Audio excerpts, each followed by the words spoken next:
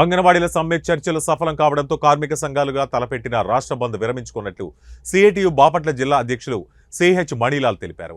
గత 42 రోజుల నుంచి ఆంధ్ర రాష్ట్రంలో మహిళలుగా ఉన్న అంగన్వాడీల సమస్యల పరిష్కారం కోరుతూ ఉమ్మడిగా పోరాటం నడిపారు.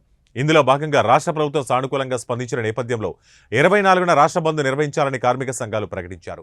కానీ చర్చల్లో భాగంగా అంగన్వాడీ సమస్యలకు ప్రభుత్వం పరిష్కారాలు చూపిన నేపథ్యంలో కార్మిక సంఘాలుగా రాష్ట్ర బంద్ విరమించుకుంటున్నామని తెలిపారు. నిన్న జరిగినటువంటి అంగన్వాడీ ఉద్యమం మీద ఉక్కుపాదం మోపిన నేపథ్యంలో కార్మిక సంఘాలు సిఐటితో పాటు కార్మిక సంఘాలు అట్లనే వామపక్ష రాజకీయ పార్టీలు రేపు 24వ తేదీన బంద్కు పిలిపివ్వడం జరిగింది.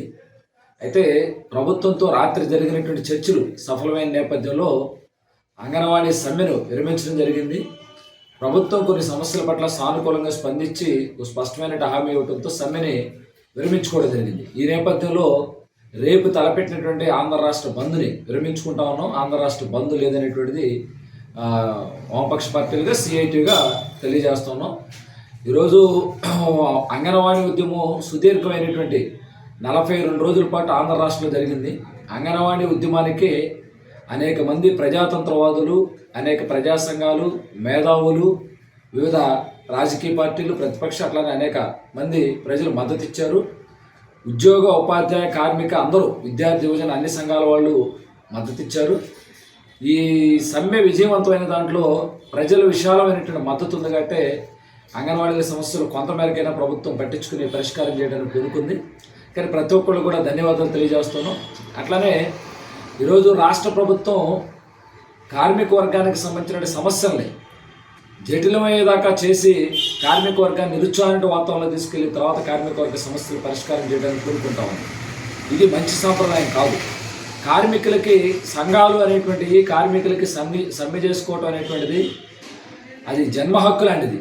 కార్మికుల హక్కుల్ని కాలరాయటం కాకుండా రాబోయేటువంటి భవిష్యత్ కార్మిక వర్గ పోరాటాలైనా సరే అంగన్వాడీ పోరాటాన్ని అణిచిపెట్టకుండా కార్మికుల ఇబ్బందులు వస్తే, కష్టాలు వస్తే వాళ్ళని పిలిచి మాట్లాడి వాళ్ళకి చేయగలిగేటువంటిది, వాళ్ళ సమస్యలు పరిష్కారం చేయగలిగే పద్ధతుల్లో పరిష్కారం చేసే ప్రయత్నం చేయాలి.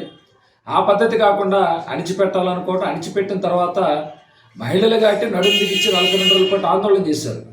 చివరికి ప్రభుత్వం దిగొచ్చి కొన్నైనా పరిష్కారం చేస్తానని కొన్ని హామీలు ఇచ్చింది. వేతన పెంపుదలకు సంబంధించి కూడా రాతపూర్వకంగా హామీ ఇచ్చింది.